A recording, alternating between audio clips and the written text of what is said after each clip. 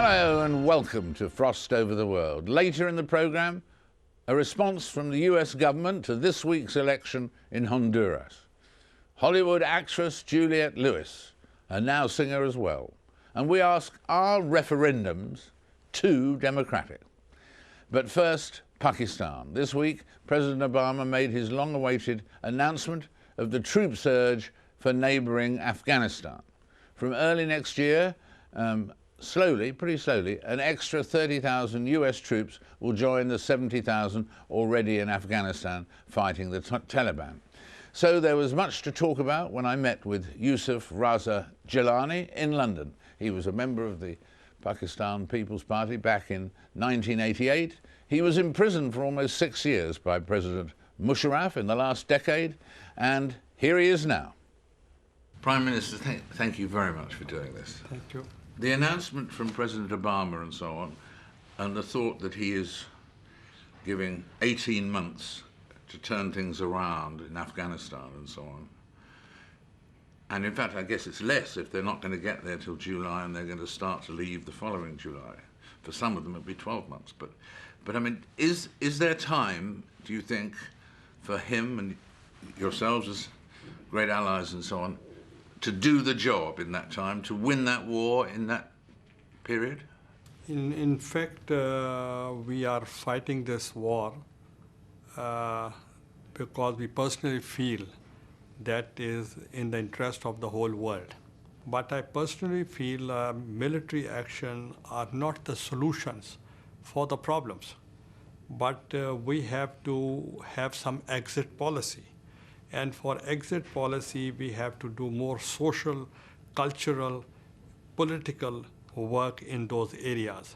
We have to empower the people, and we have to reconstruct and develop those areas. And therefore, what President Obama has said, I totally agree that sooner or later, the people of that country, they have to be empowered. I don't know what is the time frame, but there should be some exit policy. And in fact, some people have said that there's a difficult thing in terms of two allies with some differing interests, but that if the more successful the American surge is in Afghanistan, the more danger there is that there will be more Taliban fleeing across the border and ending up as your responsibility, as a problem for you, if they're very successful with the policy. In fact, we can't afford losing because it is in the interest of Pakistan for a stable Afghanistan. We want the Afghanistan should be stable because we are already having 3.5 million refugees from Afghanistan. And when there is a stability in Afghanistan, they'll go back to their own country with dignity, respect, and honor. Therefore, we are working very carefully, and we want to see whether, as you have mentioned, what impact, what implications would be on Pakistan. We are getting further information and the details of this plan.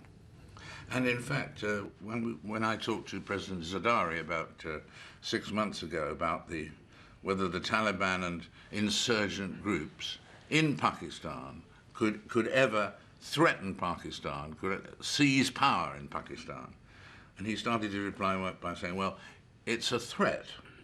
But has that threat now gone away in the sense, because you've done well in Swat and South Waziristan and so on, is there still a danger that the Taliban could seize power in Pakistan? Certainly not. That's out of question. And I don't think that even they can even think of taking over Pakistan. Pakistan is a country. It's not some vegetable that will come and take it. Therefore, it is in very safe hands. And our armed forces are loyal and highly professional. They're defending the boundaries of Pakistan.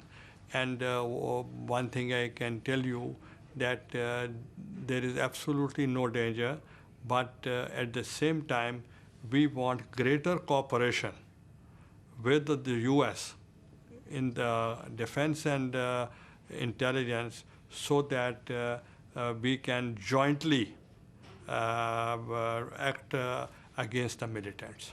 Against militants that way. And of course, President Zardari has handed the power over the nuclear button, a nuclear trigger, from the presidency to the prime ministership and so on. Is that an awesome responsibility? In fact, we are moving in the right directions according to the manifesto of Pakistan People's Party. That is the manifesto which was given by Mohtarama Benazir Bhutto. And that manifesto was that you have to empower the parliament. And we are exactly moving in the right directions according to the vision of Mohtarama Benazir Bhutto. And that this ordinance was promulgated by the former dictator, Mr. General Musharraf. And that ordinance has exhausted on the 28th of this last month. And therefore, we had to re-promulgate the ordinance. And because the president himself is committed on the manifesto of the PPP, and he has on the floor of the House said twice that I want to undo the amendments in the Constitution made by the former dictator. Therefore, this is a step forward of moving in that direction. You had this dispute or this criticism from Gordon Brown about not finding Osama bin Laden and his deputy and so on, failing to find them, and which I must say seemed a bit unfair to me because Britain hasn't found them either. But still, I mean, did you put him right on that when you met with him? Yes, I did. We discussed today with him, and then we had a joint press conference. And I have told him, and I've said that United States and UK, if they give any credible or actionable information to Pakistan, we are ready to act on it. But you don't believe that, for instance, Osama bin Laden is in Pakistan? No, I already contradicted. And do you think we'll find in some years' time, do you think it's possible that Osama bin Laden is in fact dead and has been dead for 3 years? I don't know. Nobody knows, except Mrs. bin Laden, I suppose. But do you feel confident that you will defeat the Taliban in Pakistan, and that America will defeat the Taliban and Al-Qaeda in Afghanistan? Do you think those victories, you said you can't afford to lose, do you think both of those victories will come? I can tell you that, as I mentioned in the beginning, that we can't win any war without the support of the masses. Mm. And if you have to win a war, then there should be a public opinion in your favor. In Pakistan, the whole nation is behind the military action in Pakistan. And the whole nation and the entire leadership of the country, they're supporting the military action. Therefore, I'm confident that we are winning. And if we have to win in Afghanistan, that's their internal matter. But that would be my message to United States, would be to win the hearts and minds of the people. We mentioned earlier on the fact that President Zardari has moved the nuclear responsibility to you, to the Prime Minister and so on. What about the 17th Amendment, which gives the President the power to dissolve Parliament and sack the Prime Minister? He was going to repeal that, but he hasn't done it yet. He will do it, will he? In fact, this is the blue litmus test and the indication that we are moving in the right direction to strengthen the Parliament, that when the National Command and Control Authority has been given to the Prime Minister, the rest of the power balance, the 17th Amendment and 58(2)(b, is also the part of a manifesto, and the President Zardari has already been committed on the floor of the House that he'll pass on to the Prime Minister, and soon this would happen. Is he in some danger or jeopardy with the ending of the period of amnesty in terms of the law and corruption and so on, and the fact that period has come to an end? Does it mean that lots of the people who were accused will now be accused or tried again? In fact, these are the old cases, and the President Zardari has already suffered more than 8 years in jail, and these are not the new cases. These are the same old cases, and he has indemnity. He has some facilities as a president. There can't be a case against him. Therefore, I don't personally feel that he's in danger. Not in danger. So it won't be a case of you serving a president who is up on corruption charges. You don't think that will happen? These are the charges which was prior to becoming president, and they're for the last 10 to 14 years. There were some reports that India might want to get involved or help in Afghanistan. Would you welcome that?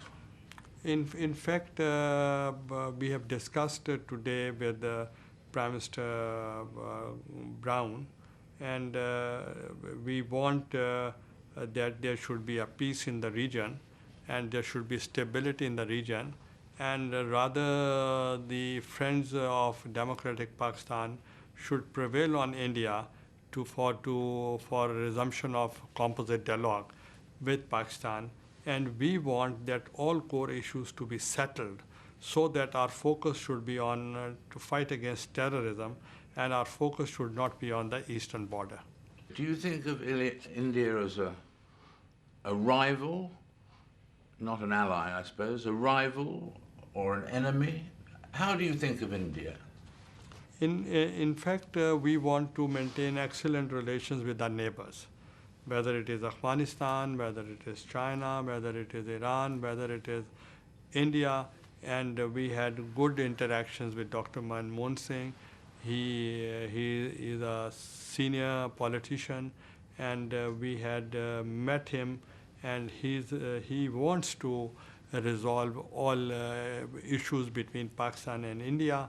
But with the Mumbai incident, there is a lot of pressure, and we are very serious and I assure you that we are going to take actions against those who have been identified as terrorists and involved in Mumbai incident, and we have already registered cases against 7 persons. We also want that the world should play an extremely important role in stabilizing the region by settling all the issues between India and Pakistan, so that our common enemy of India and Pakistan are the terrorists, so that if we are not talking to each other, the beneficiary are the terrorists. So they should not be benefited because of our not resumption of composite dialogue. That's very clear. That's very clear. Yeah. Tell me something in terms of the future and so on. I mean, can we look to a period of peace and stability, do you think, in your part of the world? Or, for instance, is there still going to be wars and rumors of wars and terrorists in 10 years' time? I think the way we are moving and the resolve we have and the public support we have at the moment, maybe we don't have this in future. Therefore, we should avail this opportunity and combat terrorism and extremism. It is in the best interest of the world, and I hope we will be able to do that. And talking of the future, Prime Minister, we're very aware, obviously, that the army is a very powerful force, and in India and so on, and in Pakistan, and in fact, army rule has taken place a lot since in the last 50 years. Do you think it will ever happen again? In fact, there had been in the past military takeover, but at this time, the army chief is highly professional and pro-democracy, That's what And General Kayani. he had supported, even during General Musharraf's time, the democracy and the parliamentary form of government, instead of supporting those who had been ruling in the past. Thank you so much, Prime Minister, for this. We really appreciate it. Thank you so much. Thank you. Take care. Very much. Thank you. Our thanks to the Prime Minister. Now, can you ever have too much democracy? Find out after this break.